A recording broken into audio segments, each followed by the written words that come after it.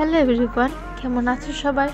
আশা করি ভালো আছো, সুস্থ আছো। আমিও খুব ভালো আছি। আজ গেছিলাম আমার এক বন্ধুর বাড়ির কালী পুজোতে। তো সেখানকার কিছু মুহূর্ত তোমাদের সাথে শেয়ার করি। চলো দেখো মায়ের মুখটা কত সুন্দর লাগছে। এখানে মায়ের পুজো হচ্ছিল। মায়ের পুজো দেখতে বেশ ভালোই লাগে আমার। তারপরে চলো, খুব এত গরমে মনটা কেমন ঠান্ডা ঠান্ডা খেতে ইচ্ছে করছিল। তারপরে চলো আইসক্রিম খেয়ে নেওয়া যাক। আমি আইসক্রিম খেয়ে নিলাম। পাশে দেখি মন্টি বসে বসে আইসক্রিম খাচ্ছিল। তাই ফোনটা ওর দিকে ঘুরিয়ে কিছু ভিডিও ক্লিপ নিলাম ওর দিক থেকে। তারপরে সোনু এলো। ও কিছু একটা বলছিল, কিন্তু কী যে বলছিল এখন আর মনে নেই ভয়েস ওভারটা দেওয়ার সময়, কিন্তু কিছু একটা বলছিল। তারপরে আমরা খেতে বসে পড়লাম। পাতা দিয়ে দিয়েছে, সাথে ছিল কড়াইশুঁটি, কচুরি, আর ছিল তার সাথে চানা মশলা।